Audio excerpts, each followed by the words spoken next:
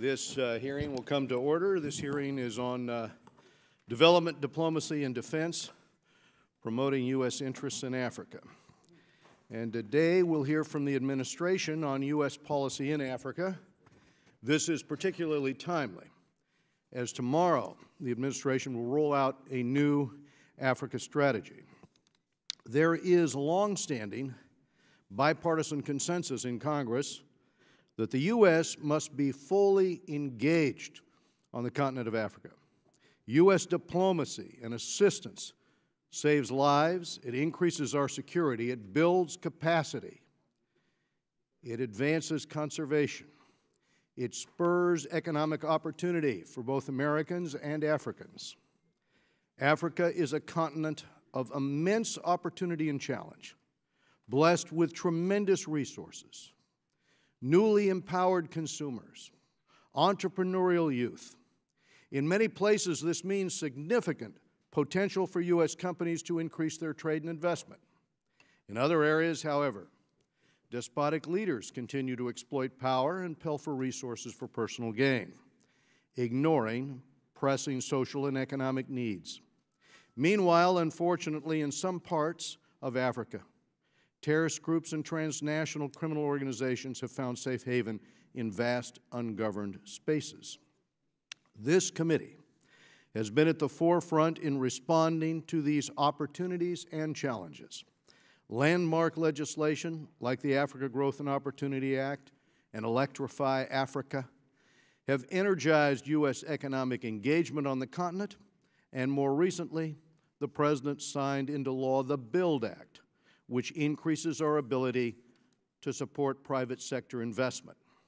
These and other initiatives are helping the next generation of entrepreneurs and civil society leaders to create jobs in their communities and demand more accountability from their governments.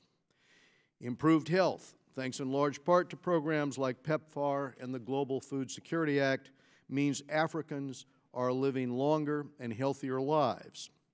The committee has also been a leader in efforts to crack down on poaching and illicit trafficking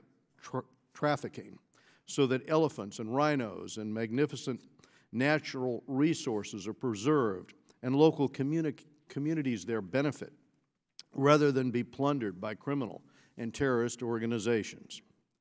In tackling these challenges, we shouldn't engage with only the countries who are our friends.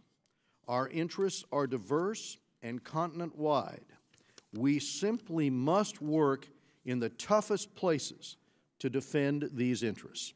And we know what happens when the U.S. fails to engage. We know who fills that void. It is China and Russia. They already are, by ramping up business investment, access to finance, arms sales, and military partnerships. Several of us on the committee have seen this firsthand. Last year, China opened its first permanent military base, co-located with a U.S. base in Djibouti.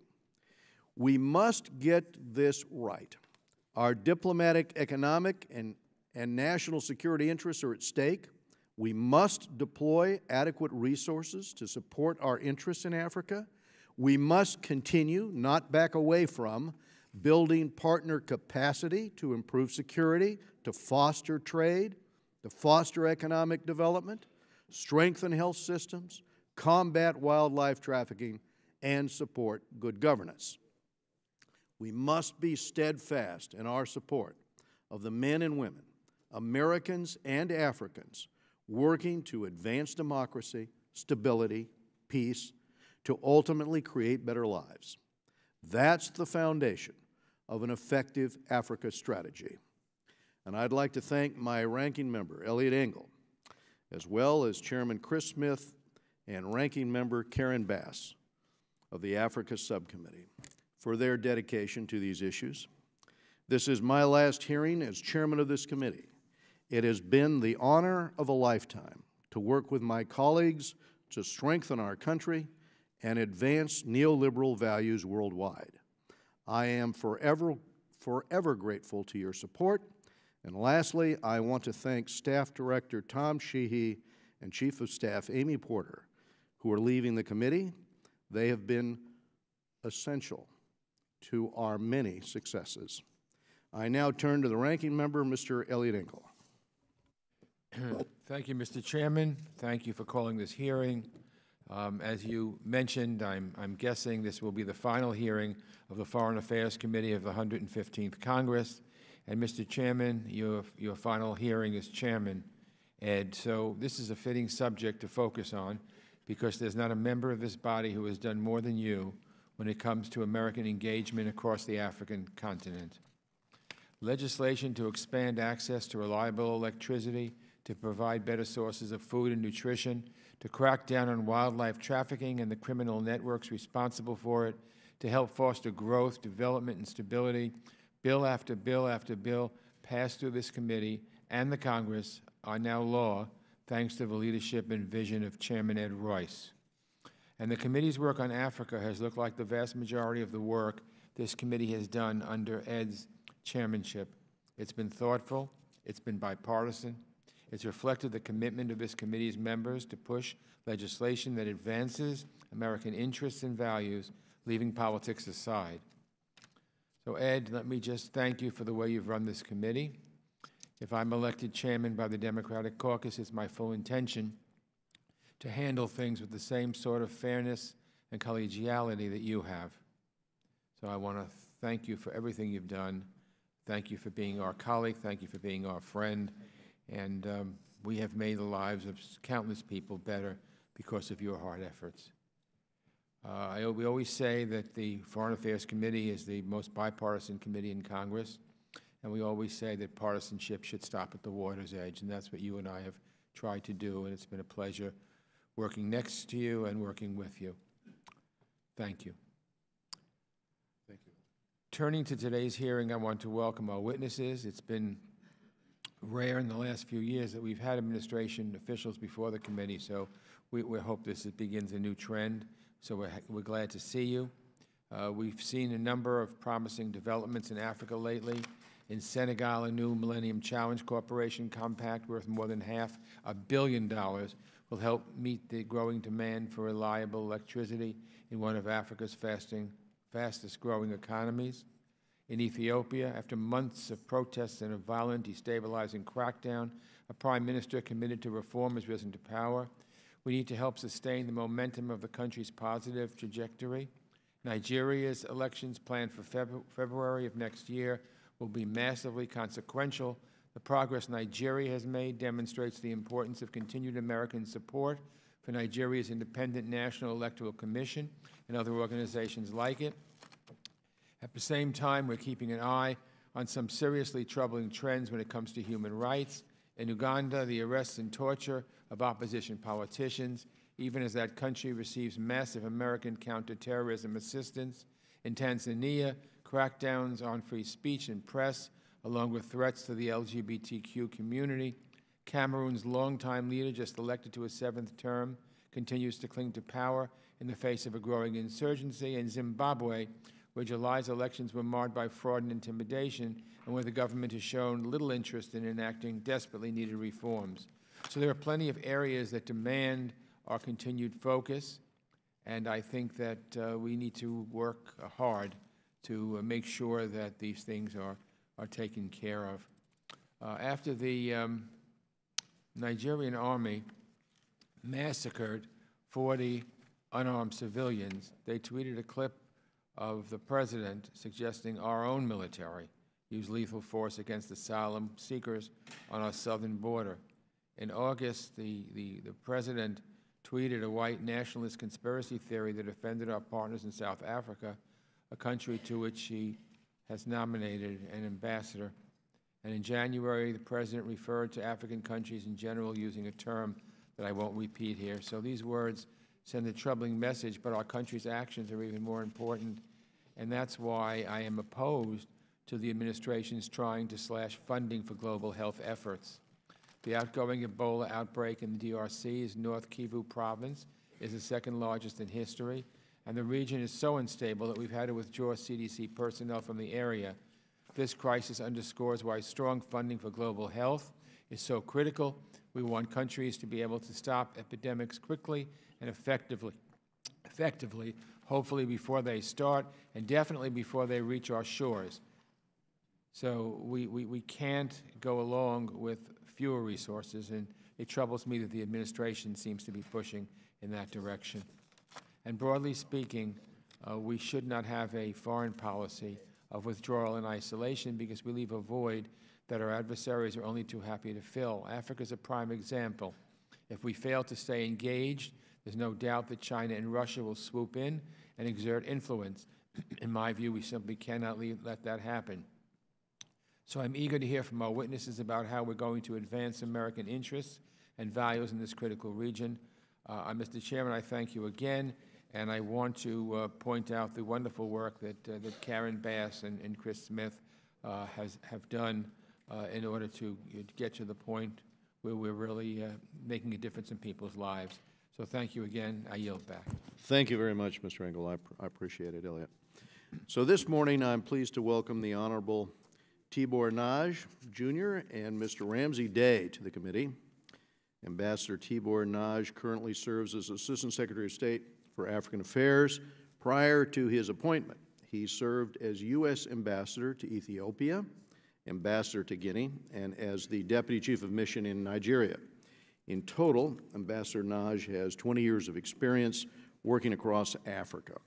Ramsey Day is with us, currently serving as the Senior Deputy Assistant Administrator for Africa at USAID. Previously, Mr. Day was the Senior Director for the Center for Global Impact at the International Republican Institute. He has held numerous positions within the international development and foreign policy communities, both in the United States and various overseas posts. And so we appreciate you both being with us today. Without objection, the witnesses' full prepared statements will be made part of the record. Members will have 5 calendar days to submit any statements or questions or extraneous material for the record. Before proceeding, I would like to take a moment and recognize in the audience Flory Leiser of the Corporate Council on Africa for her steadfast leadership to increase trade and investment in Africa. Troy Fittrell, who worked as a fellow on this committee, is just back from serving as Deputy Chief of Mission in Addis Ababa. Kathleen Moody of the State Department, who has been working on African issues for as long as I have. Tony Carroll, who's with us, former Peace Corps, who's testified in front of this committee before on Africa. So, and we see many other old African hands in the audience here as well. So it's great to have you here with us in the audience. And so, Ambassador Nagy, I'd ask you, please summarize your remarks. Thank you. Thank you, Chairman Royce, Ranking Member Engel, members of the committee for the opportunity to testify today on U.S. policy towards Africa, and to my colleague and friend Ramsey Day of USAID here with me today. I also want to express my gratitude, and on behalf of the Africa Bureau at the State Department, to Chairman Royce for his decades of service to Africa, Africa relations, and other members for your longstanding interest in Africa.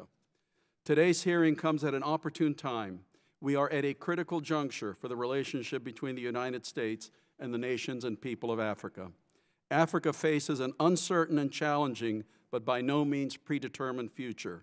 The choices we make now will affect not only our relationship with the continent, but will have ramifications worldwide. Africa is facing a demographic tsunami. Its population will double by 2050 to around 2.5 billion people, 50% of whom will be under the age of 24. Challenges with infrastructure, corruption, and terrorism continue, and China is asserting itself on the continent economically, militarily, and politically. We must remain a positive alternative and make clear that engaging with the United States will mean greater prosperity and security for Africa. I am very fortunate to be in my current position. Virtually my entire career centered on Africa, much of it living there in 8 different countries. Since my first diplomatic assignment 40 years ago, Africa has changed dramatically. I recently concluded 2 trips to the continent in West Africa and East Africa, where I also addressed the African Union. Let me assure you of this: our potential with Africa is limitless. With every challenge, there is opportunity. and we must capitalize on our successes. Here, I would like to articulate some of the focus areas of the Bureau of African Affairs.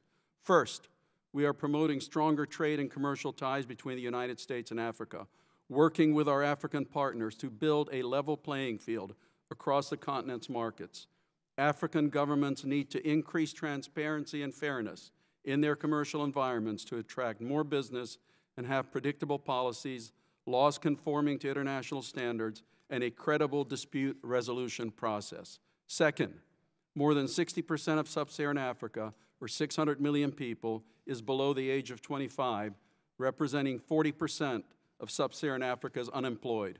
We are working to match American investment and ingenuity with the dynamism and entrepreneurial spirit of young Africans, anchoring them to their countries and keeping them from resorting to migration, militancy, or crime. A third area is working to advance peace and security through partnerships with African governments and effective regional mechanisms. Finally, we are focused on countering the Chinese narrative and setting the record straight. The United States has a long-standing commitment to Africa as a partner positively supporting economic growth, good governance, rule of law, enhanced gender equality, and the health of the African people. Let me begin with the promotion of stronger trade and investment ties. Everywhere I speak to an African audience, I emphasize we seek to do business not just in Africa, but with Africa. Our promotion of free trade agreements with the United States communicates to Africans that transparency, fairness, and good governance attract U.S. investment, and we hope to negotiate a first-ever free trade agreement with a sub-Saharan African country. Trade has greatly expanded. Under the African Growth and Opportunity Act from 2000 to 2016, U.S. investment in sub-Saharan Africa increased from $7 to $29 billion, providing opportunities for hundreds of thousands of Africans. Since 2000, U.S. exports to Africa rose from $6 to more than $14 billion last year, and U.S. imports from Africa totaled nearly $25 billion, a total two-way trade of $39 billion in 2017, up 5.8% from 2015. The U.S. Millennium Challenge Corporation provides assistance to the world's poorest countries who demonstrate commitment to good governance, economic freedom, and investing in their citizens. This week, I attended a ceremony with Secretary Pompeo where MCC and the government of Senegal signed a $550 million compact that will modernize Senegal's power sector to increase economic growth and reduce poverty through improved access to electricity. The BUILD Act, and thank you very much to Congress for the BUILD Act, which President Trump signed into law in October with strong bipartisan support, will establish the U.S. International Development Finance Corporation. This new law consolidates, modernizes, and reforms the U.S. government's development finance capabilities. Africa is the largest regional exposure, totaling more than $6 billion, and the BUILD Act will help mobilize additional private sector investment. With our second focus, we go beyond investing in Africa to invest in Africans. Through the Young African Leaders Initiative, or YALI, we equip the next generation of Africans with leadership and entrepreneurship skills. The YALI Network, a virtual community of more than 500,000 members, helps young Africans develop skills and connections needed to make change in their communities. Our third focus, promoting peace and security, is essential to secure Africa's opportunities and prosperity. We support African-led efforts against terrorism and other transnational threats. U.S. assistance has brought some success in the Lake Chad region, Somalia, and elsewhere, and we seek burden-sharing opportunities with non-African actors as well. We have provided training to peacekeepers from more than 20 African countries with substantial impact. 10 years ago, Africans comprised only 40% of the continent's peacekeepers. Now that figure has exceeded 60%. U.S.-funded programming is vital to these forces as it is to the G5 Sahel Joint Force and African-driven efforts in the Lake Chad region to counter terrorism in West Africa. Our African partners are working to ensure stability and defeat terrorist organizations in East Africa as well. The AMISOM mission, composed of regional states, is helping Somalia become more stable and prosperous, and we are providing development and security assistance to the Somalis who can govern themselves. Additionally, we support efforts by African partners to strengthen their maritime and border security and their efforts to address trafficking in arms, drugs, and wildlife. Finally, We want to be clear to all Africans that the United States has an unwavering commitment to the continent, shown through our longstanding partnerships and support for good governance, security, human rights, and economic growth, and provision of humanitarian assistance. African countries should know that some infrastructure projects and seemingly attractive loan terms from other countries can lead down a dangerous path to indebtedness, loan defaults, and concessionary extraction of natural resources, stifling the economic growth needed to create jobs. In contrast, the United States is pursuing sustainable alternatives for African growth and development. U.S. programs like AGOA, PEPFAR, Power Africa, and Feed the Future opened the U.S. market to African goods, countered HIV/AIDS, brought electricity to rural areas, protected vulnerable women and children, supported youth entrepreneurship, and helped Africans in innumerable ways. As we continue to engage with Africa, we must assess how to best work with each country and multilateral institution to advance our mutual interests and priorities. The State Department cannot do this alone.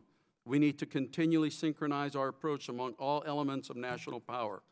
Only by balancing resources among development, diplomacy, and defense can we speak with a coordinated voice to the governments and the people of Africa. I do not exaggerate when I say Africa is the continent of the future, but a future envisioned by Africans and not one seen as forced upon them. And success must ultimately come from developing African solutions to African problems. We must look at Africa through the windshield, not through the rearview mirror. Thank you for the opportunity to speak today. I look forward to your support as our nation continues our engagement with Africa. Thank you, Ambassador. Mr. Day. And free, Mr. Day, to just summarize those remarks. Try to keep to 5 minutes. Thank you, Chairman. Thank you, sir. Chairman Royce, Ranking Member Engel, members of the committee, I'm grateful for the opportunity to testify before you today.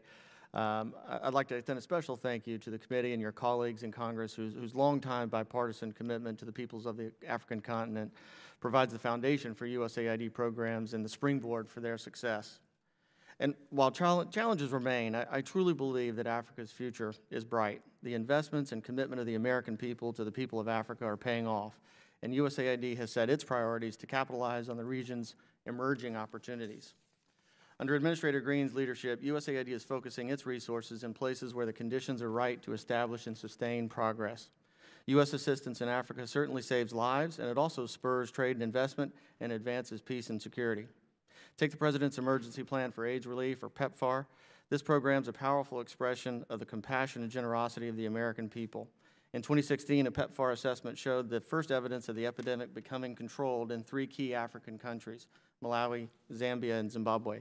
These same countries have reduced the new HIV infections by as much as 76% since the start of the PEPFAR program. And with continued focus, the U.S. government is poised to help control the HIV epidemic in 10 African countries over the next 4 years.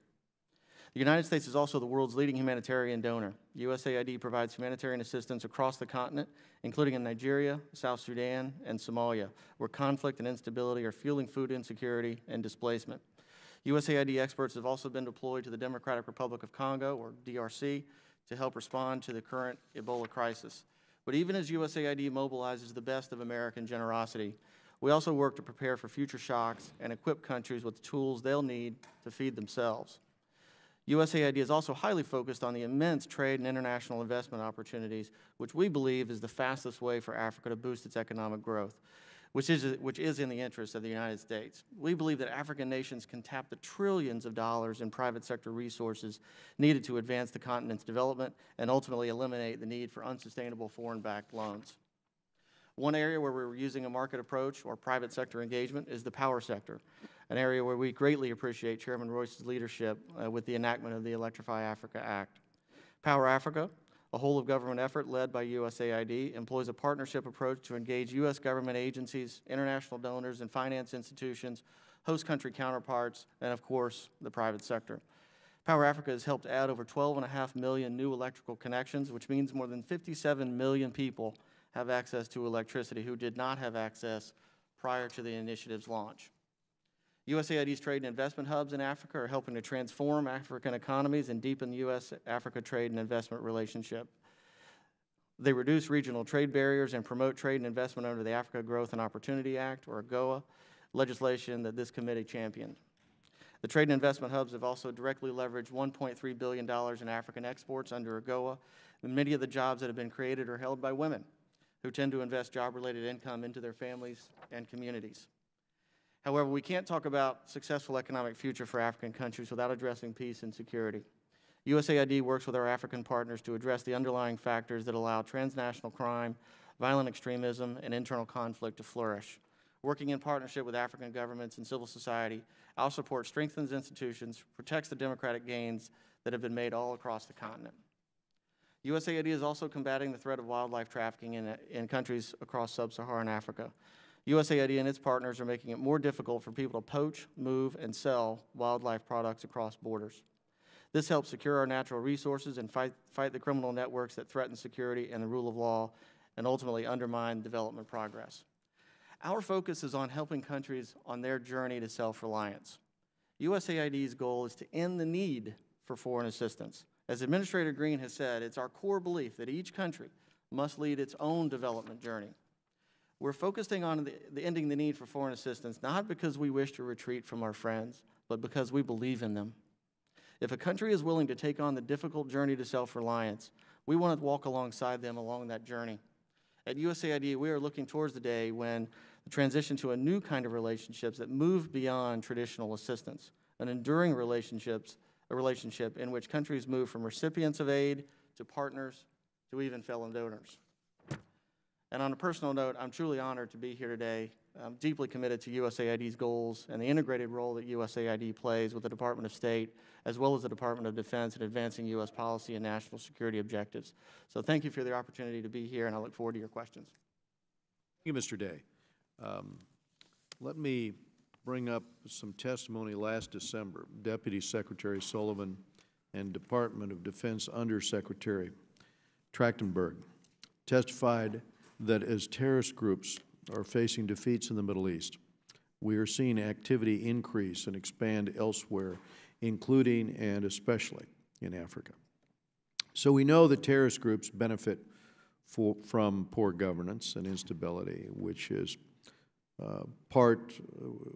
present in parts of Africa. And we know that terrorists abroad pose a direct threat to U.S. interests, even here at home.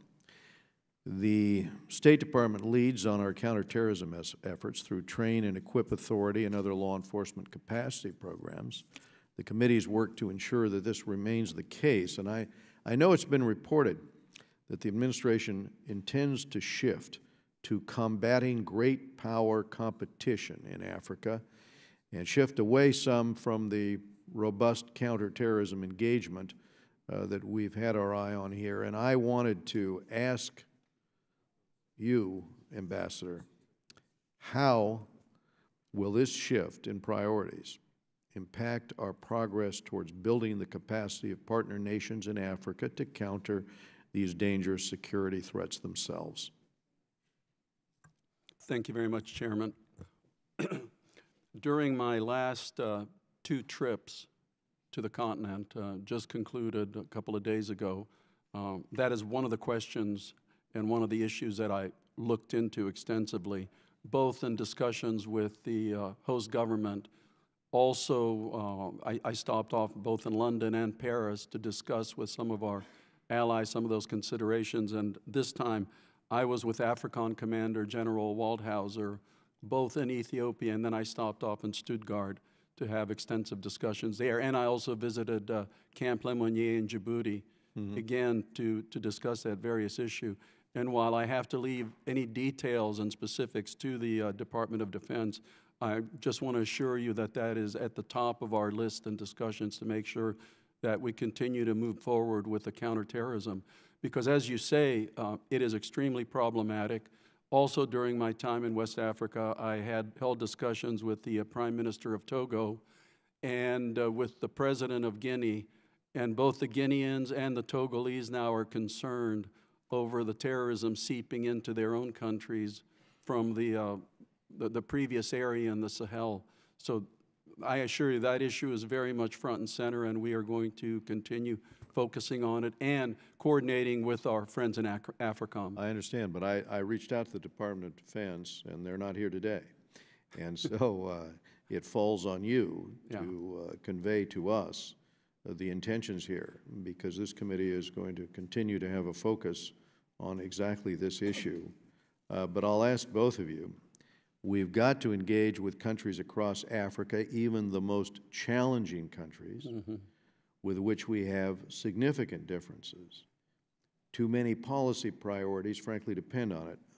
You know better than we do just how true this is, just as we're dealing now in Congo with the Ebola crisis in the East. So if we were to take an example of wildlife trafficking, we have a tenuous relationship with a number of East and Central African countries, yet we support their park rangers. We support their law enforcement agencies to combat poaching and trafficking. We're trying to enforce the bill we passed here to abolish the ivory trade, right? So if we shift away from working with challenging nations, what happens to these partnerships? I'd like to hear you articulate, Ambassador, and Mr. Day as well, what the intent here. I haven't seen the plan rolled out yet, so I'd like to hear your thoughts on this. Sorry. Exactly, Chairman. The partnerships in those critical areas will certainly go on. We have both a bilateral strategy, and we will continue our discussions with AFRICOM with a region-wide strategy. During my just visit to Stuttgart, we discussed some of these very issues, both for the Sahel, for Lake Chad, for East Africa, Somalia, for Djibouti, and then also especially for providing for the safety and security of U.S. personnel and properties throughout Africa. So again, I can't give you any specifics, but I can assure you that that is an ongoing discussion. We had a general meeting here with AFRICOM several weeks ago. I met with the entire AFRICOM staff when I was in Stuttgart. Had the same discussions in Djibouti, at Camp Lemonnier, so that goes on my country time's by expired, country. so we'll follow up Absolutely. afterwards with you. Karen Bass of California. Thank you, Mr. Chair. Let me just begin by saying that, one, I want to join in with my colleagues to thank you for your leadership and say that it's particularly meaningful that you chose your last hearing to be on this region of the world. And I just wanted to take note of that and to let you know that when I'm in the community or in the press or whatever, when they're always attacking us for never working on a bipartisan basis, I always use this committee, and I especially talk about your leadership as over these years you've always led this committee in a bipartisan way, and you'll be missed.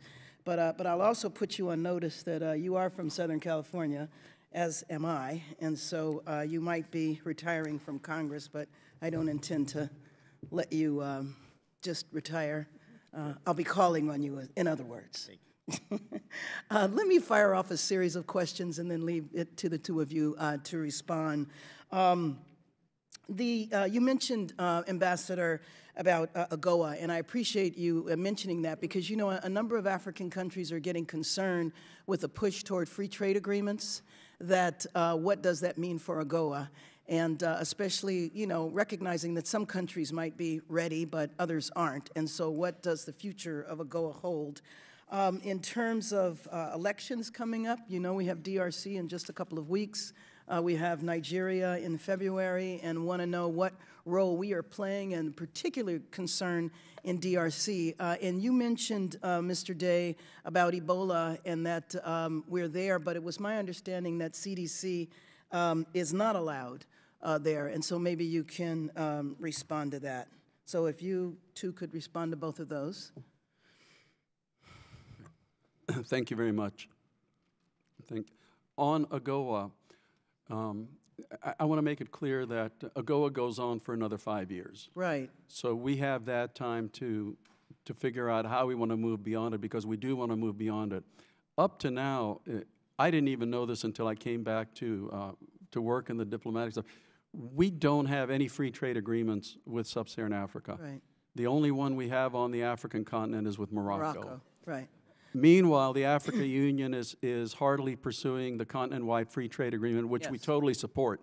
We think that's a phenomenal idea, and hopefully at some point, you know, we can engage with them through that format. But right now, and this is of special interest to me, we would like to start with one sub-Saharan country to explore a model free trade agreement that we can then perhaps expand on with other countries. We've had about a handful of countries come to us and ask specifically to engage with them. So let me, and I'm sorry, I'm going to have to cut you off to make sure I can cover it all. Sure. In those 5 years, you know, we know that a lot of countries are not even taking, aren't even able to utilize AGOA. Exactly. But we might think about a two-tiered approach, because for AGOA to just go away in 5 years doesn't seem to make sense.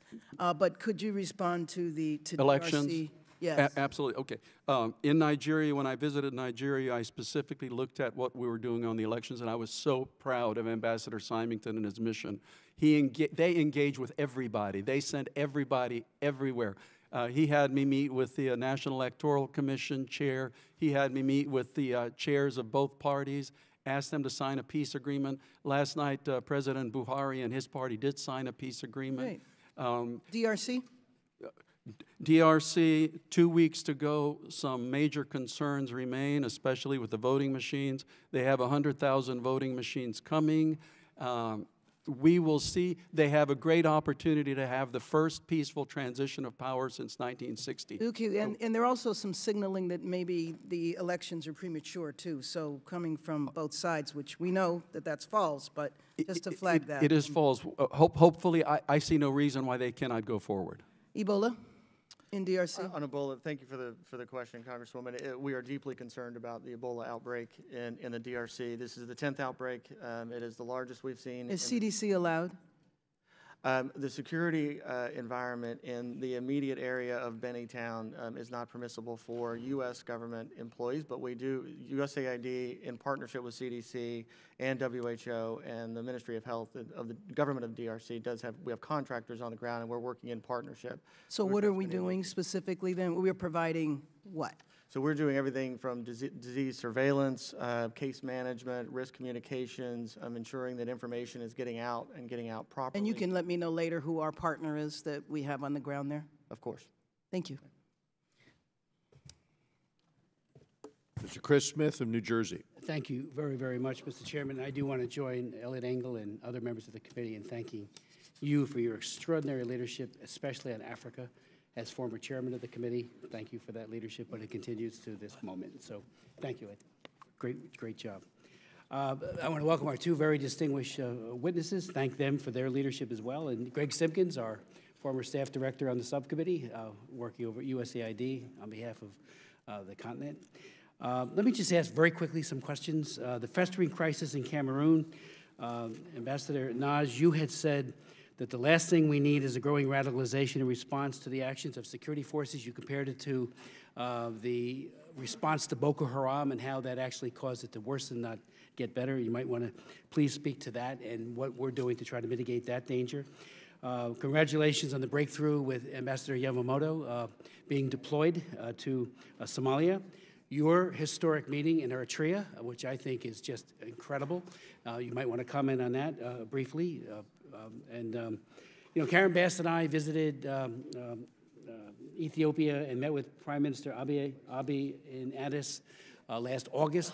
We're very impressed. We held a follow-up hearing about what we thought were significant progress, release of prisoners and all. Obviously, there's so much more to be done. Please, if you could spend a little time on that. On the issue of China, we know that China is attacking the dollar as the world's reserve currency. And of course, if that goes, our ability to hold countries to account is diminished, it's lessened. 14 African countries met in Zimbabwe in early spring, talking about looking at the yuan as a potential reserve currency.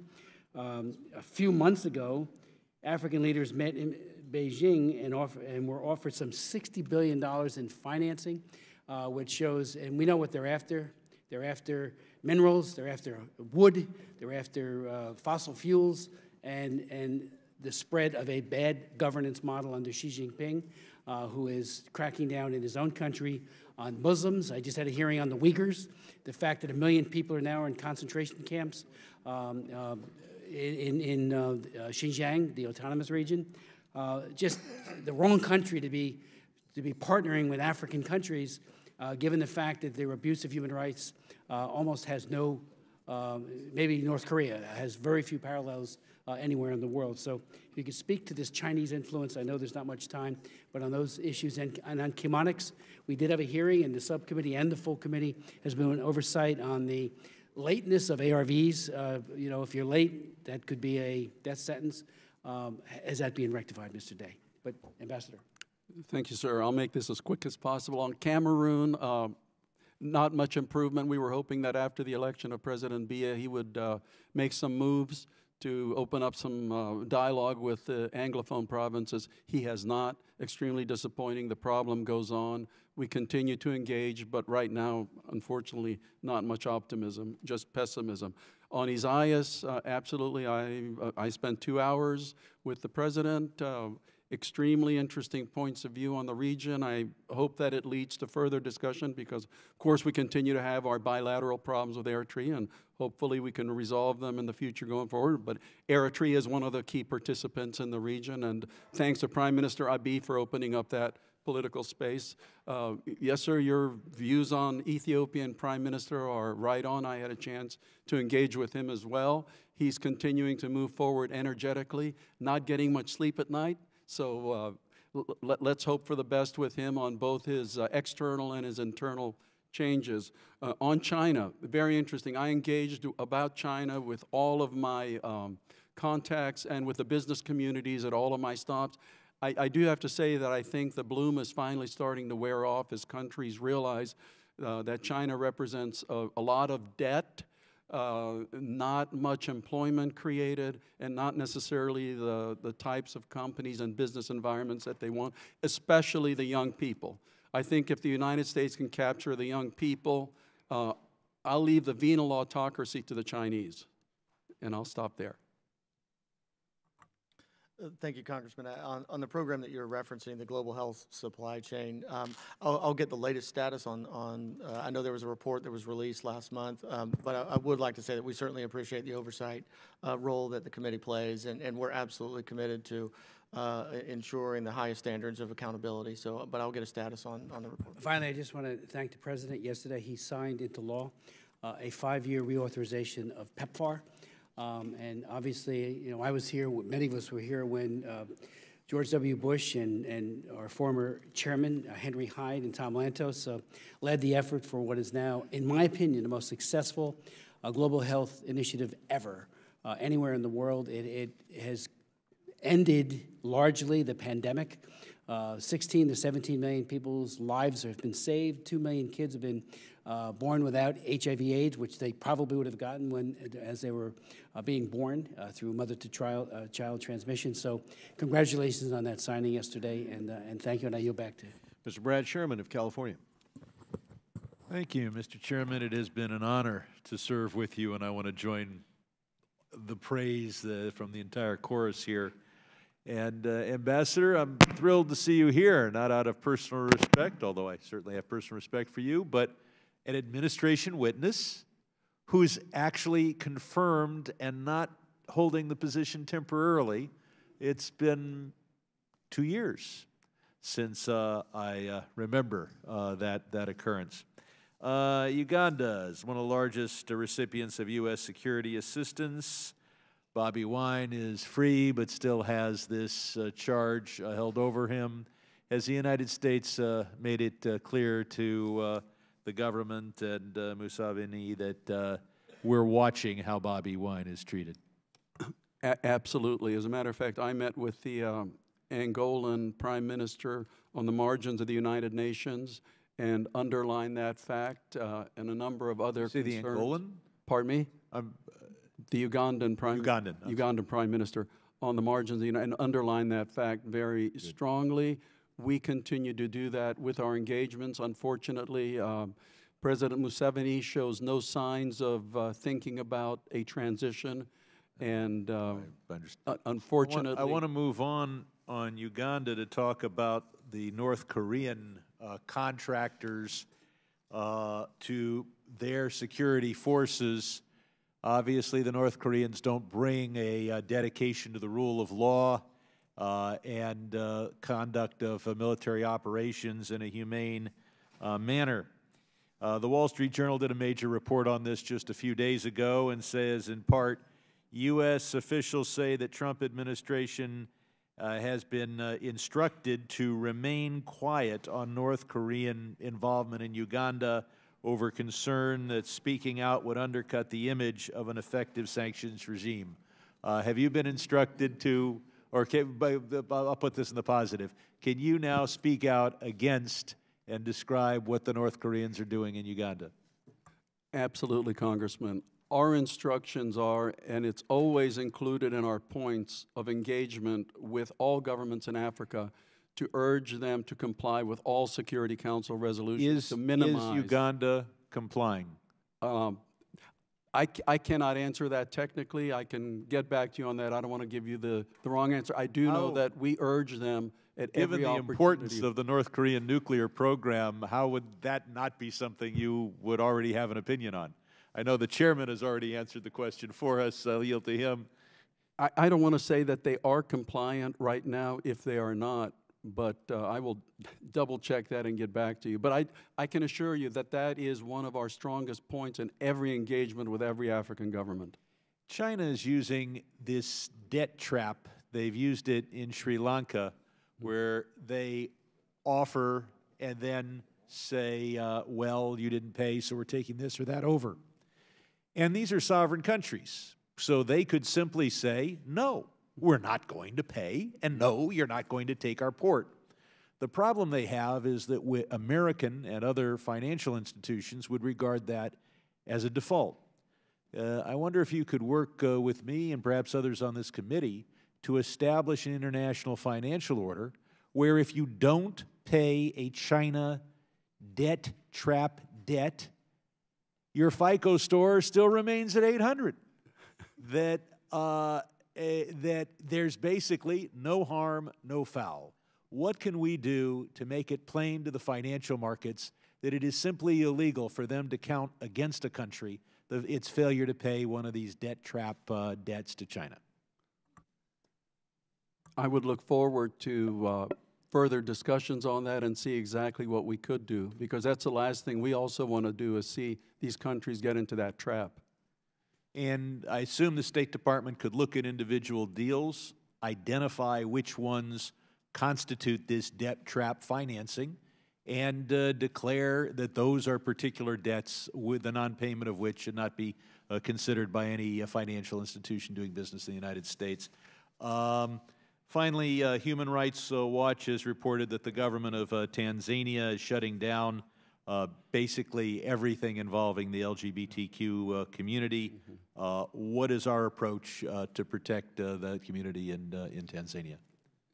Our approach is to raise our extreme concern with that, to engage with civic society, every means that we can possibly do that to protect them, because Tanzania is closing political space everywhere. Thank you. Mr. Rohrbacher of California. Thank you very much, Mr. Chairman, and congratulations to you for making it through this difficult assignment of being the chairman of this committee. And I know I've made it a little more difficult myself for you at times, but we certainly appreciate your effort and those of Elliot. You've been a good team and done good things for America and the world. So let me just suggest that the job that our witnesses have had to do has been equally difficult, in that trying to balance off stability with reform and progress in Africa has got to be one of the most daunting tasks of any group of our professionals that are out there in our foreign service. And I would note that I'm going to mention a couple of negative things, but let me just say that that does not mean that I don't also recognize the positive things. I think one of the worst things that we have done in our country in terms of Africa is when our government suggested to Ethiopia that they could negate and they could just ignore the arbitration of the fight between Ethiopia and Eritrea. That did more to undermine peaceful solutions in Africa than anything I've seen in my lifetime. And the fact is that the peace between Ethiopia and Eritrea seems to be something that came from within and not something that we actually pushed on. In fact, the repression and the corruption of the Ethiopian government over the years was not ended because we, the United States, pulled back from that corrupt and repressive regime. Instead, it came from within, even when there were signs for all of us. That I don't think that, I would hope that we learn from that we should really be supporting reformers as came to power in Ethiopia via a people's movement. And the signs of corruption were everywhere in Ethiopia before the current government, before the current Abiy came forward and led his people towards peace with Eritrea and actually reforms. Let me note that for years I have been active in the pressuring Ethiopia to try to give back the property, especially the property of Americans, that was confiscated by the Ethiopian government. Now, the chairman and I have a family in Orange County, which we represent, the Brahani family, who owned some very important and valuable assets, property in Ethiopia, and the Ethiopian government in the past never gave it back. And that's because some people were profiting from that. And I'm afraid that I think that we should have been much more aggressive on that, and I would hope the Ethiopian government, the current government, moves on this problem, because we have an American family whose property is not being returned. And that's wrong, and it's should be a symbol to us that Ethiopian government is not going to be or will be corrupt. We're going to watch to see what happens there and other pieces of property. And to the degree that we had OPIC even denied Ethiopia the right to have OPIC funds until that and other issues were resolved, I suggest we continue that, but I would hope we can discard that type. I would hope that we can discard all of those pressures on Ethiopia and Eritrea and promote their peace and progress rather than looking at their faults. But it's up to them to give us the sign that they mean real reform. I would, as I say, what can we do? We just had some reference to China and how that makes these countries vulnerable, and I want to add to that. But what can we do that would prevent corruption in these African countries? What can we do to regulate our own bankers not to profit by taking money that was earned by corruption in these African countries? Thank you very much for that. In my view, the best thing we can do is encourage civil society, because they are a great watchdog on government wrongdoing. Sir, in many of these countries, there has not been a tradition of any kind of civil society. And governments, especially corrupt governments, are scared to death of civil society. That's why they often go after them and try to close the political space, exactly because they hold them accountable. And also, of course, a free and vigorous press, because the media tends to be a wonderful watchdog as well. And then a level playing field so that other businesses besides the ones from the large country in East Asia have an equal chance at contracts and dispute resolution. Thank you, sir. Greg Meeks, New York. Mr. Chairman, I want to join the chorus in thanking you for your leadership as chairman of this committee and the way that you've conducted yourself. And I do think it says a lot about this hearing being your last, to show your continued focus on the continent. I've traveled with you several times to the continent, have seen firsthand, and I was so inspired by what you do on this committee, I decided to take your old office.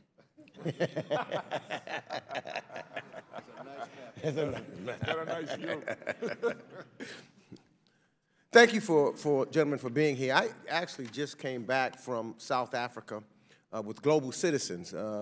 and they had pledges to raise for worldwide $7 billion as a result of what they're doing to eradicate poverty by 2030, and moving quite briskly and trying to get attention, particularly to the continent of Africa, as to what we need to do. Unfortunately, oftentimes, as just happened at this time while I was in Africa, I ask about U.S. involvement, U.S. investment, U.S. trade, and they're saying that they don't see enough of us. And so they have to deal with the individuals that seem to have interest. Oftentimes that has been China. And so I know, as you've indicated, you know, how Africa's on track to have 25% of global population in just 30 years. I believe that leveraging the resources of the U.S. government to support greater private sector investments, which I think is key, is a win-win. And so from your perspective, you know, especially with the DFI's ability to make equity investments in Africa, will it encourage U.S. financial investors, such as pension funds, because that's, you know, we get everybody to scale up their investments alongside the new DFI, putting it together, working in a combination way to help our presence and make a difference and have some real equity investments in Africa. Thank you, sir. Absolutely. I have found so much enthusiasm amongst American businesses wanting to take their money to Africa because they have so much money available right now looking for a place. And at the same time, in all my travels, I found the African governments equally enthusiastic, wanting to bring U.S. businesses, because U.S. businesses offer something totally different than what Chinese investors do. That's why I really want to thank you all for the BUILD Act, because I think it finally puts some arrows in our quiver that we didn't have before, because it offers, with its $60 billion plus the possibility of equity investment, it offers opportunities that we've not had before. And I can tell you that the U.S. business community in Africa is enthusiastic about it, and all of the African governments we engaged with really wanted to know more about it. So we're going to energize our embassies to be there, to come up with bankable projects and to engage directly. And I told the African governments, I can push U.S. businesses, but they need to do the pulling by putting in place environments that actually welcome and are fair to U.S. businesses. Thank you, sir. And we need to work and continue that, because I know even if you go to, you know, looking at the work of China doing in there, but even in China, China looks at the U.S. businesses, at least the Chinese, they would want to work for our big companies in China. So I know what we can do a better job in Africa than what we have. And also, I know that the USAID created the META partnership with NASP, which was very important to target infrastructure investments in Africa. And I know that some of my New York pension funds have been involved, including the New York State Common Retirement and the New York City Employees Retirement Funds.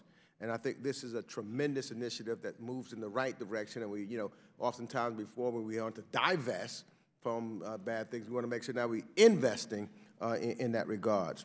And so I'm a big supporter of initiatives like META. However, what my concern is, and what I think that will give us even greater, more investments, would be is the fact that there's a lack of diversity and inclusion of small women and minorities in development finance opportunities at USAID and OPIC. So how can we do better? Because I think that diversity will help us more on the continent also in that regards. Sure, thank you, Congressman. You're absolutely right. We at USAID believe we're facing immense challenges, of course, on the African continent, and we truly believe that those challenges cannot be addressed with USAID official development assistance alone. The private sector is absolutely critical to this. In fact, Administrator Green is actually rolling out a USAID private sector engagement policy as we speak. So this is something that is at the forefront of our vision for how USAID is going to be engaging with our African partners. So we fully agree with your vision as well. I yield back, and I just do look forward to working with you, because we have some small minority and women-owned businesses that I know are very interested if we can work together on that. Thank you very much. Gentleman's time has expired. I now recognize myself for 5 minutes. And I'd like to start off, a couple of our colleagues have already talked about China. I know Mr. Sherman did, and I think Mr. Smith did as well. But Ambassador Naj, let me ask you this. If you were in a room with a number of, let's say African countries specifically, but they could be from other parts of the world, where they were really trying to decide whether it made sense to take advantage of the loans and opportunities that China is putting out there versus working with the United States or other countries, banks, et cetera. What would you tell, and we've already talked about some of this, but what would you tell them to look out for with China versus why it makes sense to work with the U.S. or the West? Thank you very much for that question. What I would tell them to look out for is number one, are they going to bring over every single employee above turning a shovel from China instead of hiring locally? How much technology and professional transfer will there be when the project is done? How good is the quality of the work that will be done? Will they also bring over shopkeepers who will open up shops to service the company's employees, who will then displace African mom and shopkeepers? And when everything is done, how much debt will there be left? And by the way, what will the environmental impact be? Will there also be wildlife trafficking or maybe timber cutting in addition to that? So I would urge them to look at the entirety of the project and what will be the true benefits, not only to putting down that road, but to the country at large. Thank you. And having seen and followed this closely firsthand for quite a few years now, what do you, if they said, well, what do you think on these things will happen? What would you expect? Could you answer those questions that you just asked, what's likely to happen? Well, I think that there is, as I said, a shift in perceptions of the type of projects that they provide. I just have to, one of the things that really, really irritated me during my trips to Africa is you go to an African city and there's a stadium invariably built by the Chinese. And then the people say to me, well, you know, what do the Americans do? I say, well, what about the millions and millions of people we keep alive because of PEPFAR? What about the tremendous educational programs that we have done to educate the young people? And as I mentioned before, the young people in Africa really do get this. They want American companies. They want the type of expertise Americans have. They want the transfer. So I'm actually very encouraged by the future. And I think that this BUILD Act will now really give our businesses some weapons to compete fairly. Thank you very much. Ms. Bass was asking a question before about, and you were talking about the free trade agreements, bilateral, because I know the administration, bilateral are more appealing than regional deals. I understand that. I'm basically a free trader, and I'll accept both. But getting back to the bilateral agreements in sub-Saharan Africa, you were about to say, I think, what countries are we kind of working with or thinking about? And then she had a limited amount of time, so you never really got into that. What countries are we talking about? Can I respectfully not mention them yet, because we haven't really fully engaged on that yet, so we're at the point of actually just looking at possibilities, and I would not like to offset progress before we can start. How many are we talking about? At least 4 have come forward, and then there are a couple of others that we would like to look at on our own. Okay, thank you. Thank you, sir. We mentioned, I think briefly before Mishevani in Uganda too. My very first CODEL was back in 1997, and one of the countries we visited was Uganda, and I remember particularly memorable because Lady Di happened to die while we were on that version. So I remember specifically when this was. And I remember Mishevani at that time was being talked about as, you know, the new African leaders, and he'd been in office, what, 12 years or so then, so he was getting a little long in the tooth at that point. Well, we're 2 decades later. Don't get me wrong, I think compared with previous and obviously in Uganda, what a breath of fresh air. It's been there a while now. Could you comment on that without asking a specific question about? Absolutely. I have to tell you, sir, that actually Museveni was one of my early heroes because of his willingness to engage on HIV/AIDS when others were not. And at that time, Uganda's ABC strategy was the world leader in confronting HIV/AIDS. And also, he did quite a lot of empowering women politically in Uganda. Unfortunately, that was decades ago, and the decades go on, and at some point, leaders have to consider political transitions.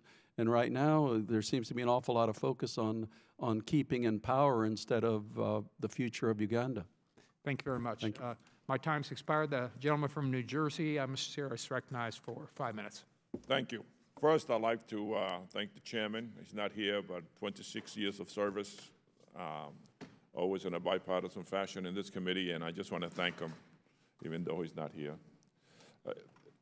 Mr. Ambassador, today, you know, I sit here and I listen to all the things that you have said, all the things that you're accomplishing, and I can only imagine it must be a very difficult job for you to do, especially with the rhetoric coming out of the White House. When he calls shithole countries, you know, he calls people from Western Hemisphere criminals, sick, and everything else. When you get off the plane, how do you deal with that? I mean, do you ignore what the president says? I don't want to put you on the spot. You don't have to answer if you don't want to. But I got to tell you, it's got to be very difficult for you getting off a plane and trying to work these deals. Congressman, I have to be absolutely honest. I have never had a problem getting off the plane because I engage and talk about the wonderful things that America as a whole is doing, and also talk about Africa as one of the leading nonpartisan issues of our day, and you know, programs, involvement, engagement. I mean, we all know China's effort in Africa and certainly in the Western Hemisphere. Basically, it's the same tactics. Would you say so? What they're doing in the Western Hemisphere in countries. I mean, I just read an article where in Panama, China bought a big piece of property, and what they're trying to do is build this warehouse to equal Amazon, and they want to be the Amazon of the Western Hemisphere. I guess the tactics are the same, and how do you coordinate, you know, fighting this? I have to admit, and this is one of the things I told my African interlocutors, is that up to now I have not blamed them in dealing with China, because when there was a knock on the door for an investor and they opened it and only China was standing there, that's who they had to deal with. I want to make sure that the next time there's a knock on the door that there's American investors standing there as well, and that we can present what is more attractive about dealing with the United States of America. So I would like to be very aggressive in pursuing that, sir. And in terms of, you're talking free trade, free trade, free trade, and again, the rhetoric out of the White House seems to be, let's look inward, not let's look outward. I mean, it's just, to me, it's, you know, 2 and 2 don't really add to 4 with this particular administration. Well, I get a lot of support from the White House on expanding the free trade agenda and on engaging U.S. businesses in Africa, so I can tell you that that is my experience, sir. All right. I won't put you on the spot anymore. Thank you very much. I yield back. Would my friend yield? Absolutely. I thank my friend. Mr. Ambassador Nagy, I appreciate the diplomatic skill with which you answered my friend from New Jersey. But that White House support certainly doesn't extend to AIDS programming in Africa. I mean, last year he cut it 37% in his budget, and this year he's cut it 33%. How do you explain that to African nations when you travel? We don't mean it, we're kidding, we're counting on Congress to restore it, don't read anything into it in terms of the value we put in the relationship or Africa, and what does it mean in terms of the void it creates vis-a-vis China that has 40-fold increased its trade posture vis-a-vis Africa in the last 20 years? Mr. Day. Thank you, Congressman. I would also echo Assistant Secretary Naj's comments in that every time I'm on the continent, USAID and our officials are welcomed with open arms, and that's, I think, a reflection of the 7 decades. Mr. Day, excuse me, that really was not my question. I've been to Africa too. I know AID very well. I helped write the last foreign aid bill passed by Congress in 1985. I've been around a while. My question wasn't, are you welcome? My question was, how do you explain the fact that the administration you represent cut their budget 37% last year and another 33% this year? We didn't go along with it because we actually see the primacy of the relationship and the fact that's the world's fastest growing market. But nonetheless, a statement of values is being made to those African countries. And I'm asking how you handle that on the ground. I'm building on the question my friend Mr. Series asked Ambassador Nagy. Congressman, at USAID, we are laser focused on ensuring that taxpayer investments on the African continent are deployed in the most efficient and effective manner and to the benefit of the American people and the African people as well. The gentleman's time has expired. Well, thank God, because I don't know what that answer meant. I thought it was a great answer. The gentleman from South Carolina. I bet you did. Mr. Wilson is recognized for 5 minutes. And thank you, Mr. Chabot. And I want to join with everyone commending Chairman Royce for his service. It's really an indication of our appreciation of his service. The portrait, which is hanging up front, which indicates, again, what an extraordinary person Ed and his wife Marie have been on behalf of our country. And Ambassador, thank you for being here. And Mr. Day, thank you. I saw your background with the IRI, International Republican Institute. I was a volunteer with IRI. I know what a difference it makes promoting freedom and democracy around the world. Also, your work now with USAID, with Administrator Mark Green, how incredible. As we travel around the world, it's so impressive to see the signs, as I saw in rural Afghanistan, of a school that had been built by USAID, to see the food supplies being provided to the refugees in Sudan, to be present with Chairman Royce in Tacloban, the Philippines, to see the recovery efforts for persons from Super Typhoon. USAID makes such a difference, and I hope more American citizens find out how significant it is. With that, Ambassador, this year has been very hopeful, with Ethiopia and Eritrea signing an agreement in September that ended the 20-year conflict and reopened land crossings to allow people and goods to move freely between the countries. What a remark! 20-year war concluded. To what extent can the very positive reforms implemented by Prime Minister Abiy Ahmed in Ethiopia have toward assisting internal challenges in Eritrea? Indeed, sir, the changes have been incredible. In my 40 years of following Africa, I don't think I've ever seen anything that positive.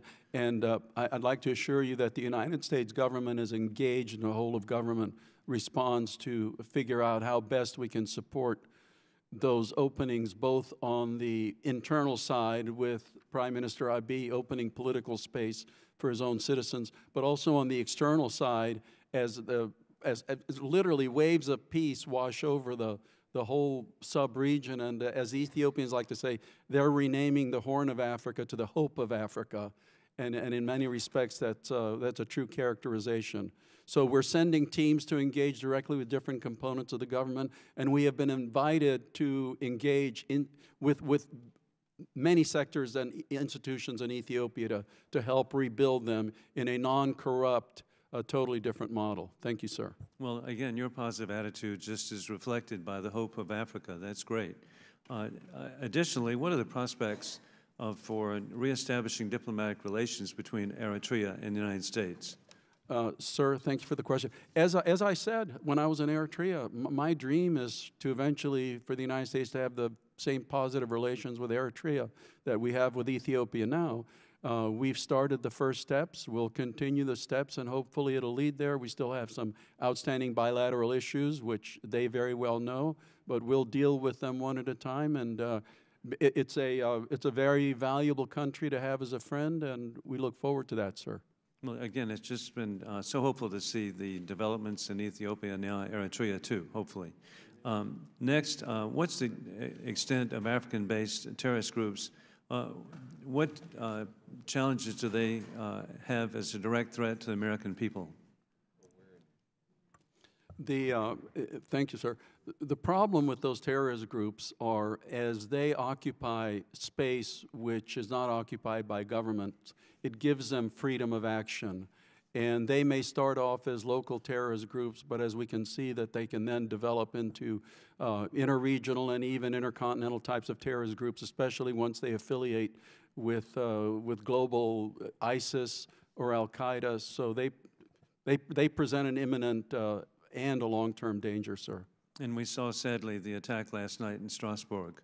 Exactly. And so we need to be ever vigilant. And with that, what more can the United States, working with our African partners, do to prevent the spread of extremist ideologies, to protect the people of Africa and around the world?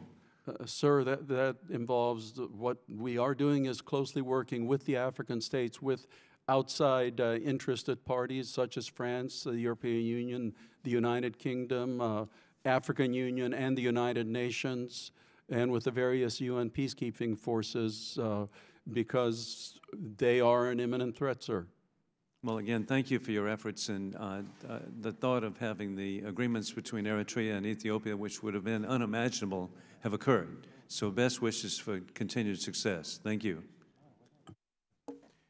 Thank you. The gentleman's time has expired. The gentleman from Rhode Island, Mr. Cicilline, is recognized for 5 minutes. Thank you, Mr. Chairman. I, too, want to begin by thanking outgoing Chairman Royce for his extraordinary leadership of this committee and the bipartisanship which he has always demonstrated. And I hope the letter that you sent to us about your tenure as chairman, you will make an official part of the record, because I think it really recounts in a very meaningful way the great work that has been done under your leadership. And I just want to thank you, Mr. Chairman. Without objection, so ordered. Thank you. Thank you to our witnesses. Ambassador Naji, I'd like to start with you. As I'm sure you are aware, UN peacekeeping missions are currently deployed in several countries on the African continent, including South Sudan, Mali, the Central African Republic, and the Democratic Republic of Congo, where they work to promote stability in conflict-torn societies, protect civilians from violence, and facilitate humanitarian assistance to communities in need, as well as monitoring human rights abuses and supporting the rule of law and the creation of democratic institutions. The UN successfully wound down 2 peacekeeping missions in Liberia and Cote d'Ivoire just this year. The United States has long supported UN peacekeeping operations as a cost-effective method of conflict mitigation that helps prevent fragile states from collapsing, keeps civil wars from morphing into unwieldy regional disputes, and creating the conditions necessary for long-term sustainable peace. In fact, the GAO recently found that UN peacekeeping missions are 8 times more cost-effective than a unilateral U.S. military engagement. Yet Secretary Pompeo recently made some troubling assertions about UN peacekeeping missions, claiming that they drag on for decades and bring us no closer to peace. I'd certainly welcome a clarification on the Secretary's remarks. And specifically, my first question is, does the Trump administration, which has voted to renew the mandates of 12 UN peacekeeping missions since it took office, still find value in their work? Thank you very much, Congressman. Yes, absolutely. There are phenomenally effective UN peacekeeping missions. Then there are some others that may be less effective, and I think that is the whole focus of the administration, is to evaluate each mission on its own terms to see if it is accomplishing its tasks, or if it's not, do the tasks need to be realigned? For example, I would like to point to the one in Mali. In February, the Secretary General, the UN Secretary General, will be issuing a report specifically on how that peacekeeping mission is achieving its mandate, and we'll take a look to see if it needs to be modified or adjusted or whatever else needs to be done, because as you know, sir, Mali is in a very critical situation, and there are a number of other peacekeeping missions like that. So absolutely, I agree with you totally, even though, you know, we're paying, I think right now, 28% of the total cost of peacekeeping missions. Some are phenomenal. At a fraction of the cost of what it would be if it were military engagement, obviously. Absolutely. I hope you will share those strong sentiments with Secretary of State Pompeo. Do you see, Mr. Ambassador, any missions today that you think should close? Not any today, sir. Okay. Thank you. As you are aware, the UN peacekeeping mission to Liberia wound down this year after nearly 15 years in that country. Would you characterize that mission as a success? And can you also tell us what assistance the U.S. is currently providing bilaterally to continue the progress and the momentum in Liberia? I would consider that one a success, absolutely, and because I remember when it started under ECOWAS and then it transgressed to the UN, but I'll turn that over to my colleague from USAID for what we're doing, continue to support the country. Sure. Thank you, Congressman. We, of course, have had a tremendous partnership with the Liberian government for a number of years, and we have a robust program based in Monrovia, everything from humanitarian assistance to health to supporting civil society, democratic governance. There are still tremendous challenges, of course.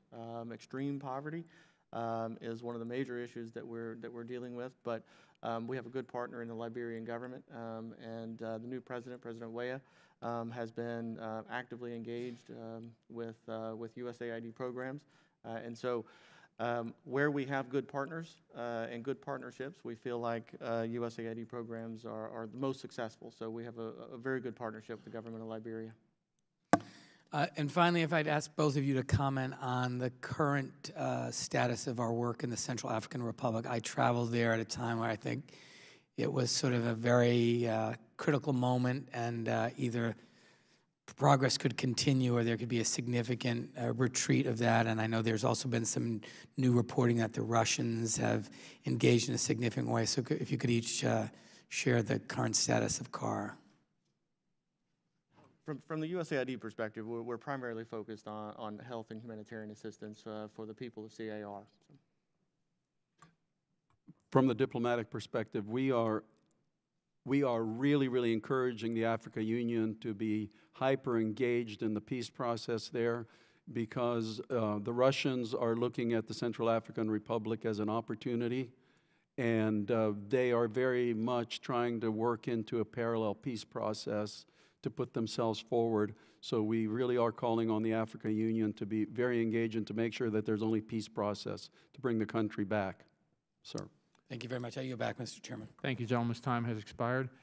It was noted earlier today, it's the last Foreign Affairs Committee meeting for a number of members of this committee, and one of those is Royce from California, who I would just note for the record has been an extremely valuable and thoughtful member of this committee for a long time, and thank him for his service as well. And gentleman's recognized for 5 minutes.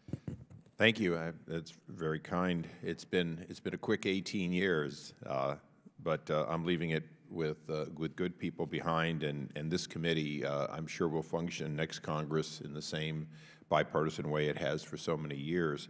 I've got a bunch of questions, and let me try to go through them. The first one is an umbrella one. With Ex-Im Bank currently not able to fully function, with good intention by USAID and the funding you have, obviously USTDA could be mentioned in that group, and OPIC, all of it together in Africa, if you had to say what is our effort worth and what is China's effort worth in dollars and capability, how would you measure those, our dollars and capability, their dollars and capability, based on the effort they're placing and the money they're putting in? Mr. Day, you probably, Secretary, you probably see it every day. Thank you, Congressman. I said that is an excellent question. I think when we think about how USAID and the Americans engage with our partners on the African continent compared to other potential. No, I want you to answer that. I fully buy that we go in there giving. We go in there with a real effort to develop countries and their own independence. We go in there as a gift to the rest of the world for safety and security. And perhaps the Chinese have a different intent. Mm-hmm. But I want people to understand, for the record, if we're looking at the size of the Army, so to speak, the size of the guns, the size of the programs coming in from just China, there are other players, Russia and so on, and their effort in dollars and capacity, regardless of our good intention and regardless of the goodwill we have, what are you faced with, their efforts, your efforts, and some of the results? From a cash perspective, in terms of infusion into the African continent, we are not on the same level with China. However, the value, the superior value meaning proposition. we give more almost anywhere in the world, but they put more into Africa in dollars. In cash dollars. However, the superior value proposition of American innovation and American companies investing and two-way trade between Africa and the U.S., I don't think that's a comparison either. I would put my money on America every day. Well, and that is one follow-up question that I've been keenly looking at for many months. The difference in a country which goes to, quote, based on, if you will, the 20 or 30-year cost of building out, and particularly Power Africa, if they go out based on lowest initial cost, isn't it true that China wins every time? And if they go out based on what's going to happen over the life of those loans and support and maintenance, that in fact many Western countries, including the United States, almost always would be better choices. Is that a fair statement? I believe that's a fair statement. So one of the questions I have, because you know, a lot of what we do as America is to help people temporarily, but we always use that term that if you teach someone how to fish, they will be fed for a lifetime. What are the winning programs in Africa that you either have or want to have that are funded, but you might want to have funded more to teach them how to fish so that the decisions and the programs and the long-term Power Africa are sustainable and go further? What is it that we need to do? You know, you're absolutely right. I think Power Africa is probably a shining example of a successful program in Africa that really catalyzes American investment. I certainly believe that a whole of government effort to coordinate all of the interagency resources, to bring those to bear, to actually go to our African partners and demonstrate the superior value proposition that the U.S. has, I think would be well received. Okay, one last question, if I may. I was at the change of current leaders in Zimbabwe some time ago. You know, it's one of those things you only get to do every 36 years or so. We, the United States government, are currently keeping you out of Zimbabwe, either a little bit here and maybe more for the record. What is it that you could accomplish if you were allowed to come up with systems that would isolate the current government from aid or programs, but at the same time would have some positive? You know, you are engaged in war-torn countries, you're engaged in other dictatorships. Zimbabwe uses only $20 bills for their money, and they have been cut off from everyone except basically the South Africans for a long time. So let me rephrase that. The Chinese are actively in there. But would you give me for that particular country, because I was so recently there? Sure. Yes, sir. Interestingly enough, we had a trade delegation from Zimbabwe not long ago visit here, and they were warmly welcomed. They had some of the government ministers with them, and we told them exactly, as did I in my meetings with the high-level officials, if they could take a couple of steps, then we could start reevaluating our whole relationship, because Zimbabwe has phenomenal potential. And I am passionate about Zimbabwe because my triplets were born there, and I know what the country can do. So they could very quickly return to a prosperous path if the government would just, they're saying the right things. It would be nice if they actually did some of the things that they're talking about. But I think the United States business community would stand ready to engage with them very quickly, because there are a number of sectors where we could have very fruitful relations. The gentleman's time has expired. Thank you. And if you would just, for the record, share with us, if you can, the request you made that would allow for that. Is that okay, sir? Yes. All right, sir. Briefly. Yes, very, very quickly. There's two acts that they have passed. One is the Public Order and Security Act, and the other is the Access to Information Protection and Privacy Act, which if they would just withdraw those, that would be quite significant. Thank you. Thank you, Mr. Chairman. Another gentleman from California, Mr. Barra, is recognized for 5 minutes. Thank you, Mr. Chairman. And I'll echo the remarks of our colleagues with thanks to Chairman Royce's as he moves on to his next endeavors, as well as the other members of this committee. And certainly with incoming Chairman Elliot Engel, hopefully we will continue to operate in a bipartisan way. I also, while I disagree with the President's approach to foreign policy, I appreciate the lifetime of service of our diplomats and our aid and development workers around the world. So, applaud the work that both of you are doing. We've had Ambassador Green in front of this committee at several times, and I do think USAID is moving in the right direction, looking at capacity building, and certainly expect Congress to support that. So given, we've talked about the potential in Africa. If I were to just frame the challenges that we see, we obviously see a tremendous youth bulge that is occurring. 30,000 Africans entering the job market on a daily basis. That's a tremendous challenge. We see millions of people displaced throughout Africa. We see future challenges of food and water insecurity on the continent, which will continue to create some instability. I was just in Sierra Leone, a fledgling democracy that is coming out of years of civil war. Had tremendous challenges with the West African Ebola crisis, where we are engaged. But I would say I saw more Chinese while I was there as well, which again presents a challenge that many of my colleagues have talked about. So we're framing the challenges, but I'm an optimist, and we've been spending some time trying to understand how PEPFAR came about being in a Republican administration with Democratic members of Congress, and really underlying that was a national security threat assessment that if millions of people died of HIV/AIDS, it would create massive instability on that and create governmental instability.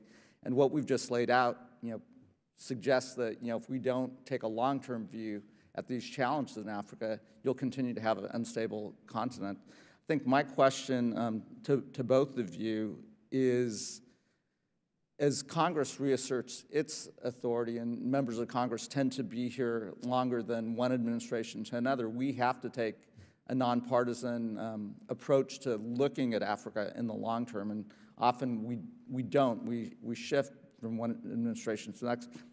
What would, if we were looking at long-term strategies, what would that time frame look like?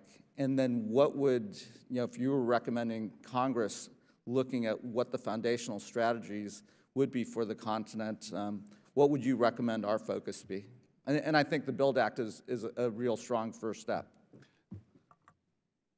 Exactly, sir. I want to, again, congratulate the Congress for the BUILD Act, because that has strengthened my talking points when I go to Africa. The other one I would really point to is the Young African Leaders Initiative, because as you said, sir, Africa's future is its youth, and there's going to be millions and millions and millions of young Africans that are going to be wanting good jobs, and if they don't get them, they will either go to Europe or choose a very destructive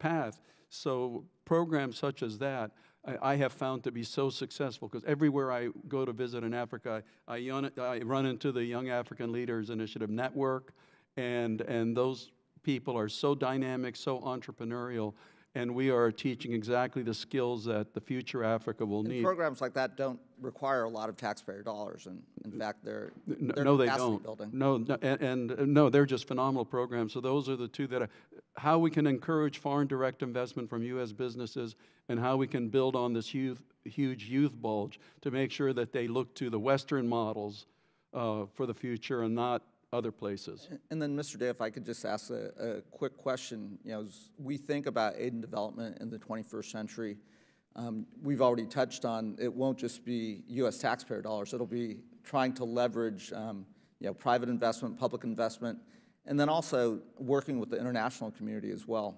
And if you could just briefly give a vision of what you think aid and development looks like in the 21st century. Thank you, Congressman. I think Administrator Green has laid out a very clear vision for how he views USAID's future. And And that future is what we term the journey to self-reliance, which is working with our African partners to help them on their path towards self-reliance, which we ultimately define as their ability to plan, finance, and implement their own development solutions to their own challenges. And so if we have the level of commitment, which is so critical, and we have a good partner on the ground, then in many cases, our programs were more successful. We get much better results. And so the private sector is absolutely a critical component of this, but it's also important that we have good partners on the ground. And in many cases we do, in some cases we do not. Great. My time's expired. We'll go to Mr. Mike McCall of Texas. Thank you, Mr. Chairman. I just got out of my monthly threat briefing as Chairman of Homeland Security, and I think the good news is that in the last, well, in 2016, the threat from ISIS was extreme. External operations, we were arresting one per week in the United States, it seemed like. And I think over the last 2 years, we have crushed them and the so-called caliphate. But the threat hasn't completely gone away. I think the good news is it's been downgraded to some extent, but then they've moved. They're still maybe in the Euphrates area, but the threat seems to be emerging more in Africa. And so I know there are about 10,000 ISIS and Al-Qaeda jihadists in Africa today. To put that in perspective, before 9/11, there were about 100 Al-Qaeda that existed. So it concerns me, I think, and I look forward to next Congress in this committee focusing on this issue, because I think we're going to be looking at foreign adversary nation states, but I think the threat of radical Islamist terror is going to be more focused in northern Africa and the Sahel. Then Congressman Pompeo and I, we traveled to Sinai and the Egyptian Sinai Peninsula. Camp North, they evacuated it the day we left due to the threat. We were in Tunisia, got briefed by the Libyan team in exile. It's very much a hot threat there, and it's very hot in the Sahel region. We passed, thanks to the chairman, my Trans-Sahara Counterterrorism Partnership Act out of this committee, which authorizes a program that y'all are working on. I think it's very valuable.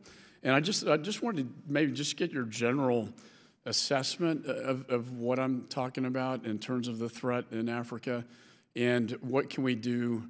And we also passed the Fragility of States bill, which I think deals with fragile nations where terrorism can breed out of. Can you kind of talk about holistically what the State Department's doing to counter this threat? Yes, sir. Thank you very much. Indeed, the threat is increasing in Africa, especially in the Sahelian region. A whole number of reasons, which would take a long time to discuss.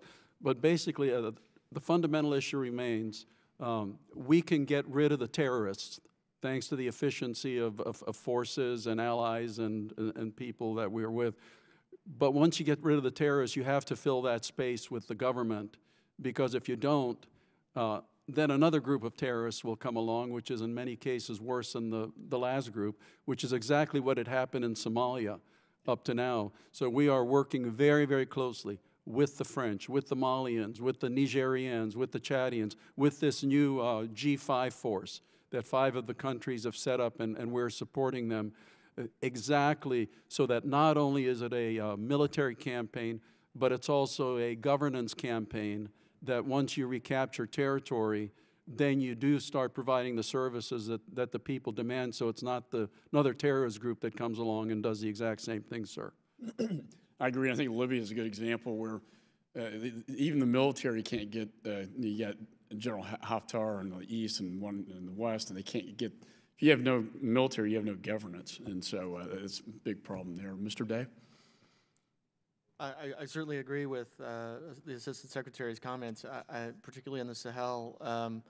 There are just chronic vulnerabilities, water scarcity, low access to education, low access to health services, and we think that this is absolutely critical to address. And so we have robust programs throughout the region particularly in Burkina Faso and Niger. That's where our best partnerships are. But we continue to be very concerned about the situation.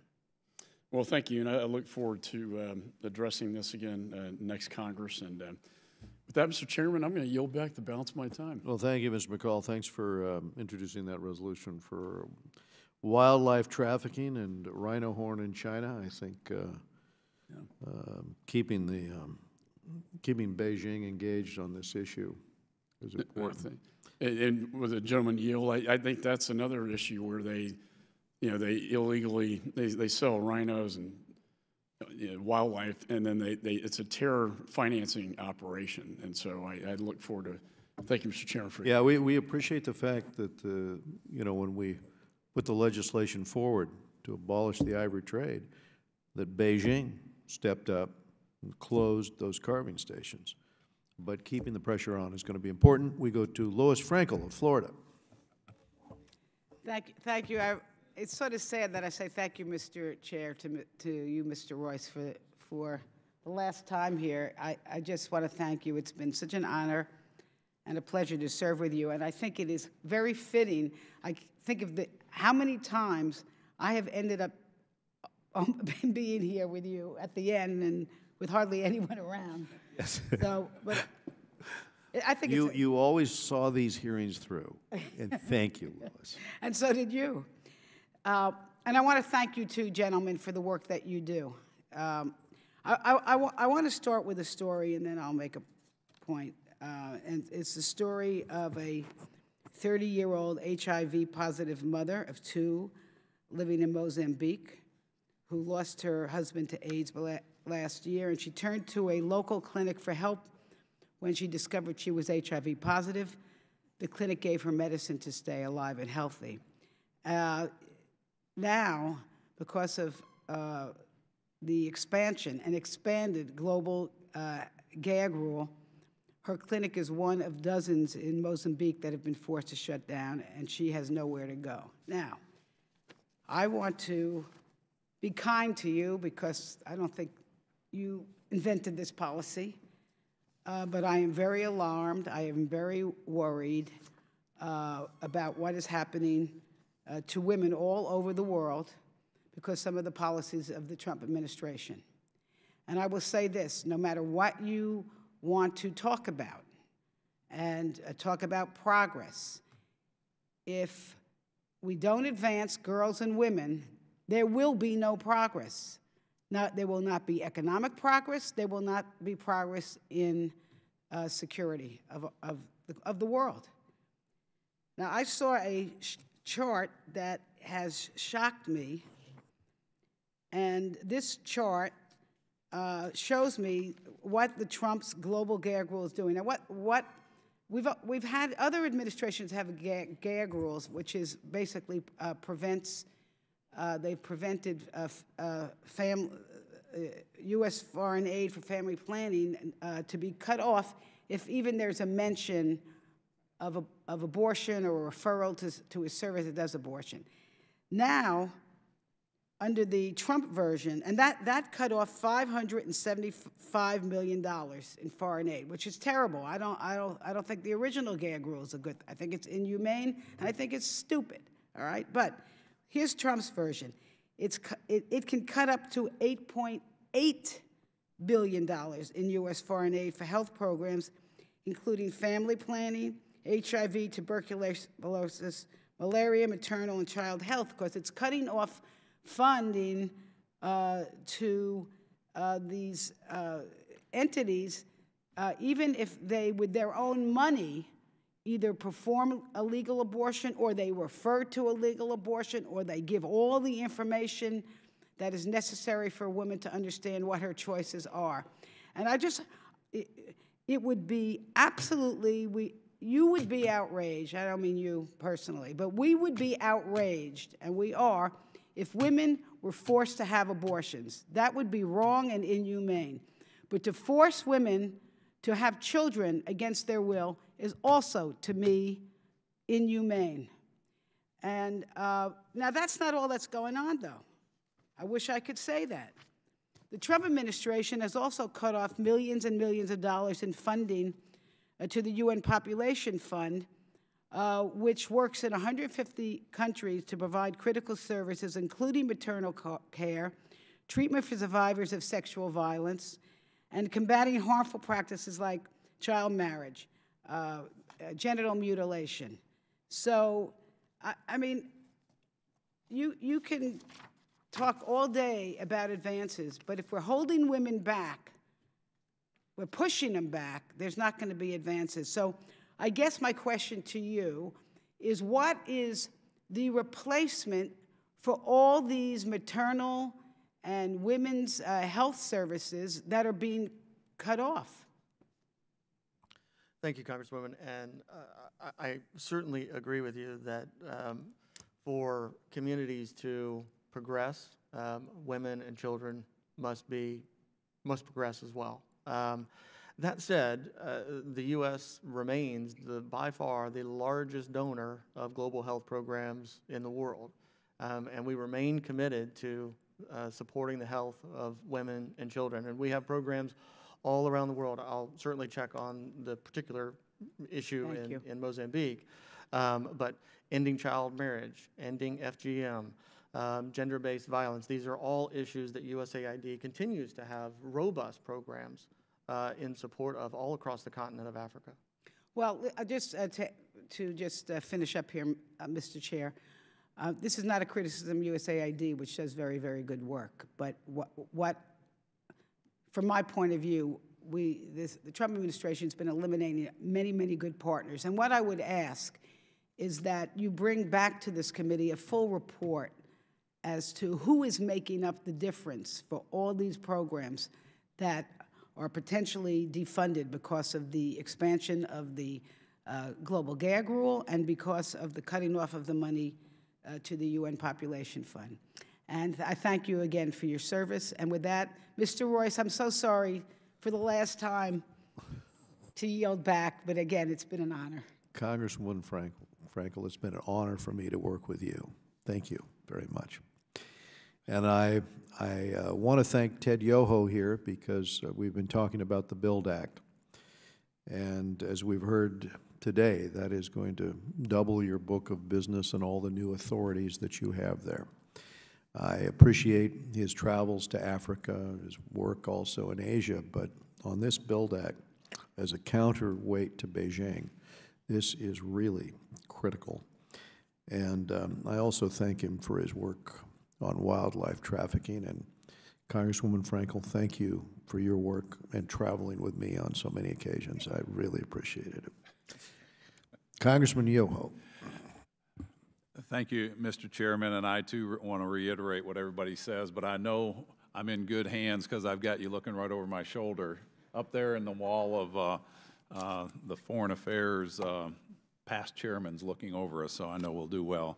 We will miss you, and I thank you for your leadership and your mentorship.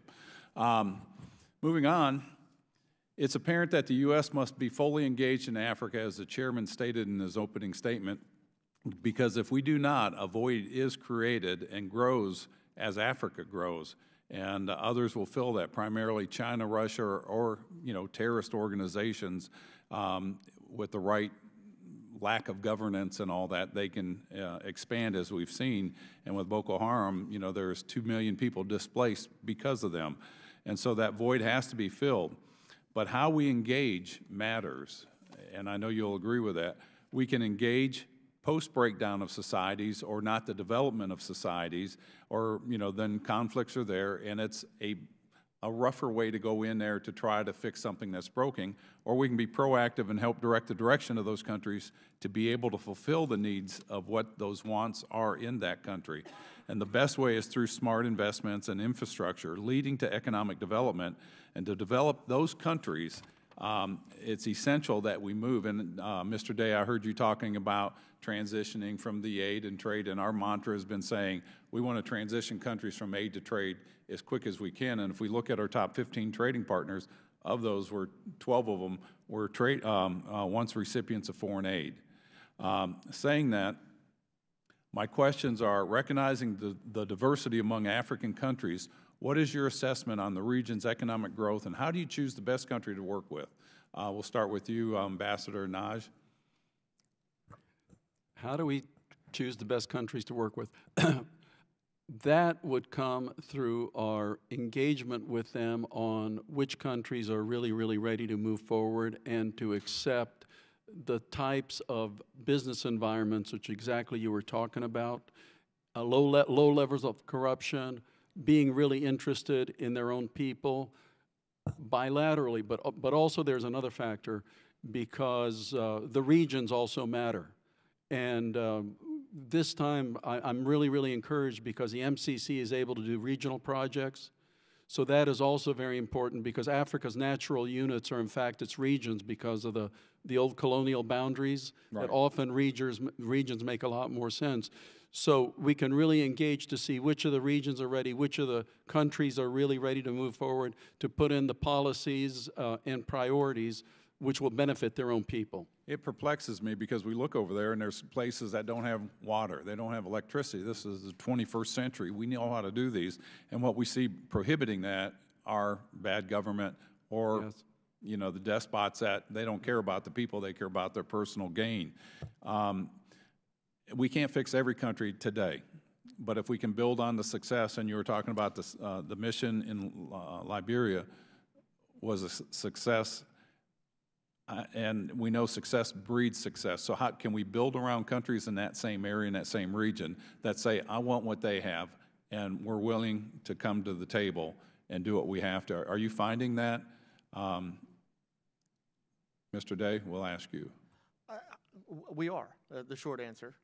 And I think also to answer your question about how do we choose, how USAID engages with our partners on the ground, USAID is transforming the way that we do business. And that's all part of the journey to self-reliance. But part of that is we want to be more data-driven in our decision-making. In fact, we've developed these self-reliance roadmaps that actually can bring together 17 third-party objective open source data sources so that we can have a better picture as to where these countries are on that path, and then also helps us guide some of those investments.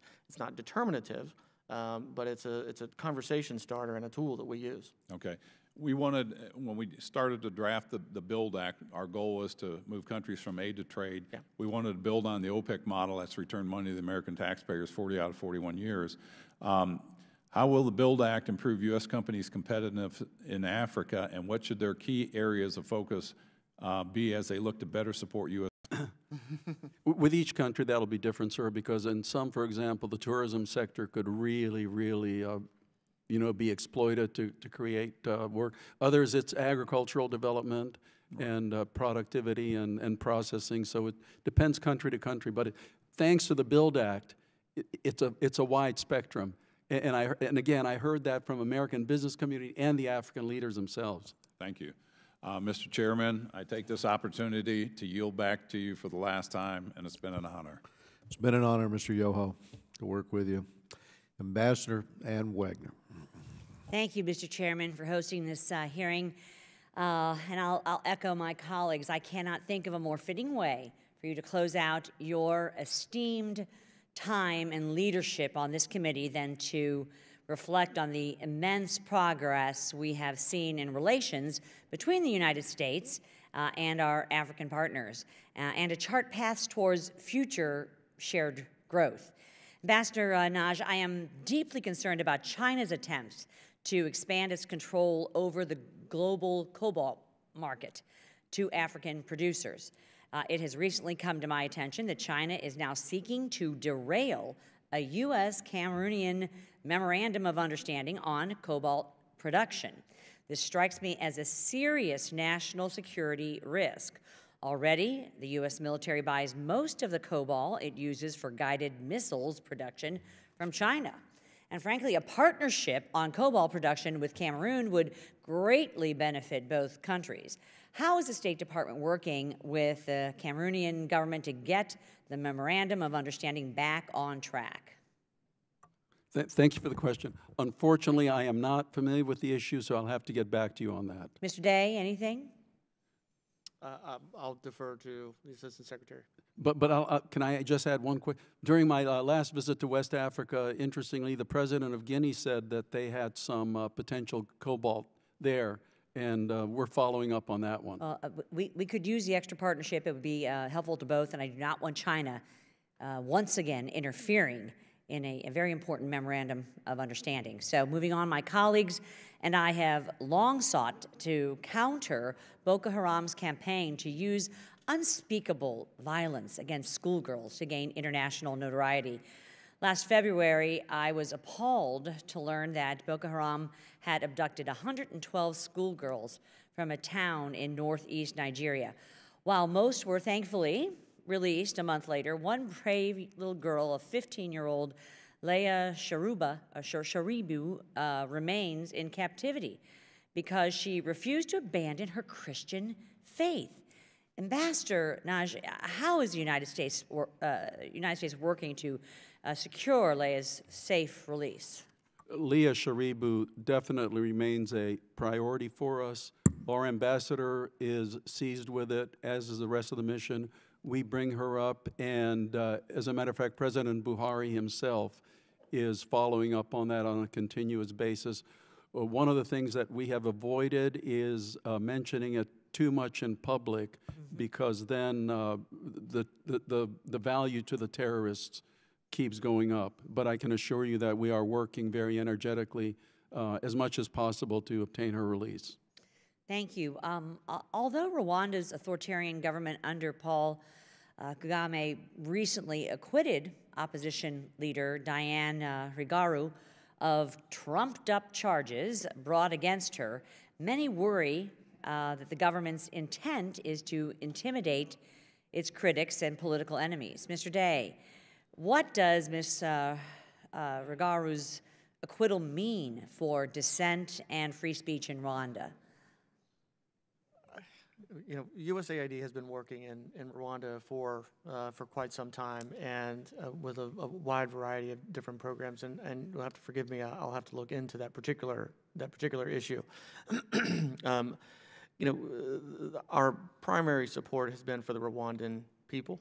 We certainly have been concerned with some of the closing spaces in Rwanda, but we continue to work with civil society and a variety of different groups to support the people of Rwanda so that they have a voice into their own future. But I will look into that particular issue. Thank you. A few months after Emerson Mnangagwa replaced strongman Robert Mugabe as president of Zimbabwe, we have seen disappointingly few improvements. Mr. Day, what is the situation on the ground in Zimbabwe, and how does USAID support the growth of Zimbabwe's civil society?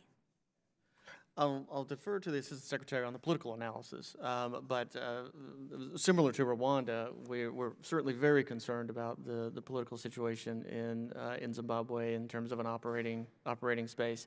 Our priority, of course, continues to be the support of the Zimbabwean people who have been under tremendous distress for a number of decades. And so our programs are focused on humanitarian assistance and supporting civil society so they, again, can have a voice in their own. Thank you. Ambassador Naj? Yes, ma'am. On the ground, the Zimbabwean government is saying some fairly positive things, but we're still waiting for some action on the two laws that I mentioned previously. Right. All right. Well, thank you. I look forward to some responses to some of the questions that I had, and I appreciate your service and your time today. Mr. Chairman, I also, for the last time, yield back. It has been an honor and a privilege to work with you here in Congress. Thank you, Ambassador. We go to John Curtis of Utah. Thank you, Mr. Chairman. I would, like many of my colleagues, like to emphasize two themes that we've heard throughout these hearings. One is thank you for your service. It's been an honor to be the youngest member of your committee and to be here. The second theme is this influence of China, and I think you have adequately answered this over and over in today's hearing, so I'm not going to really ask you a question other than to join my colleagues in expressing concern and acknowledging that despite the amazing work that we do, the over $8 billion of investment that we make there, that sometimes China comes in and negates all of that with these tempting short-term offers. And so just add my voice to the concern and the reality of that. Usually around the globe you see as a partner in crime Russia. in many regions, and we haven't really touched on that. Could you share with us the influence of Russia on the continent and tell us what concerns you have there? Thank you very much. Exactly right. Russia, while in no way bringing the amount of resources that China has, they are trying to be very opportunistic and transactional, where for a low investment, they can maximize their influence. I point specifically to the Central African Republic, where the Russians used an authorization from the UN Security Council to provide some weapons to the Central African government to bring in several hundred private security people. Now the president's security advisor is a Russian. The Russians have trained the Presidential Guard. They are also exploiting some mineral resources. So they have inserted themselves into the Central African Republic at relatively low cost. Those are the types of opportunities that they're looking at, and they will continue looking at, and we have to be very vigilant and monitor their activities closely, sir. Thank you. Botswana is home to a large population, or a high percentage of the elephants in the region. And we talked, and you've referred a little bit to the illegal hunting and problems that we've had. And we've had almost no discussion about potential legal opportunities there. And the ban on elephant hunting is viewed in many regions in Botswana as harmful. Some of the economic development of these small villages is dependent, was dependent on that. And so while the illegal trafficking is going on, we've kind of shut this down. The folks on the ground will tell you they don't mind reasonable restrictions based on scientific data, but that there's been almost no scientific data put behind the ban. What role would be appropriate for the United States in determining what's good for legal harvesting of elephants in the region?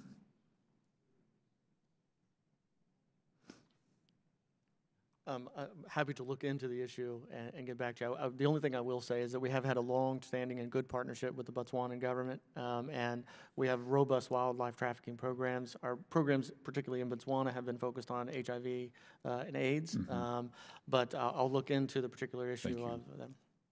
Thank you. I walked in, I was here for almost all 2.5 hours of the hearing, but stepped out for a moment, and when I came back in, you were talking about Rwanda. And so I don't know if you touched on this while I was gone, but if not, could you address the problem with the closing of the churches? And Rwanda's made so much progress, it seems to be a step backward. Is that on the radar of the administration, and are we seeing some improvements there? It is. We have not seen any improvements lately, but it's very much on the radar screen of the administration, because we believe that that particular law was very counterproductive. We understand the purpose that they were trying to get at, but we felt that the mechanism was totally wrong, because it was infringing on freedom of religion instead of, if there's a problem with certain churches that are breaking the law or are not real churches, then you use the law to affect them, not with a sledgehammer. That's what it felt like. My final question is that oftentimes in these voids of certainty and disruption, you'll find ISIS and Al-Qaeda. We haven't talked about that much today. Can you tell us what you're seeing in the region with the growth of these terrorist organizations, and what we need to be looking for? Absolutely. Both of those are very opportunistic, and different terrorist groups in Africa have aligned themselves with one or the other global organizations. And sometimes they do that as a mark of, trying to be recognized. And other times, for example, the new group that has crept up in Mozambique are also calling themselves that, even though there is absolutely no ties to them. But as I mentioned before, the terrorist threat is growing. It's becoming much more serious. It's creeping into places and countries where it has not existed before. That's why we have to be very, very active and engaging with international partners, with the African countries, and all of our friends to confront them wherever they exist. Mozambique's a good example, because it has just started, and there's still an opportunity to stop it in its infancy. So it's critically important to give it attention there, not to let happen what happened with, say, Boko Haram, sir. Good. Thank you. I'm out of time. Mr. Chairman, I yield back. Thank you very much, John. We go now to Mr. Ted Poe of Texas. Thank you, Mr. Chairman. I want to echo my colleagues' comments. Thank you for chairing this committee for so many years. It's been a wonderful privilege to be here with you. We're both leaving Congress. I'm back to Texas, and you're back to the foreign country of California, and it's been a pleasure working with you, and best wishes in the future. I think the country is better because of your leadership over the last 6 years, and even longer than that. You chaired the same subcommittee that I'm chairing, the Terrorism Subcommittee, and so thank you on behalf of the people of Texas for your leadership in foreign affairs. Thank you, gentlemen. Thank you, Judge. I might come see you sometime in the winter in Texas. You're always welcome. You're always welcome, sir. Gentlemen, thank you for being here. I want to cut right to the chase. Wildlife trafficking in Africa is a great concern, especially as I see things taking place. And it's not getting better for the animals.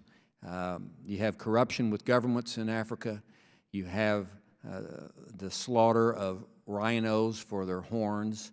The horns, I understand, are grounded down into powder and shipped illegally to Vietnam. You have the elephants and the tusk being sold in China on the illegal market.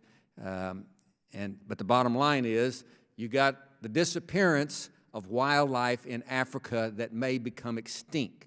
My 12 grandkids, it may be the only time they see rhinos or elephants are in Disney movies or Disney cartoons in the future, and I'm not being facetious. So, what is the plan to improve that situation, especially in those two areas, those two animals? Thank you, Congressman. As you said, this is an absolutely critical issue. Biodiversity conservation is absolutely critical to the health of African communities. USAID has prioritized this issue and will continue to do so. 25% of the agency's biodiversity funding goes directly towards wildlife trafficking. We have 65 projects in 25 countries. And so it's something that we work tirelessly at protecting. Excuse me, Mr. Day. Yep. Are we winning or are we losing? It is a complex issue, and that means we're losing. We're losing. Complex means we're losing.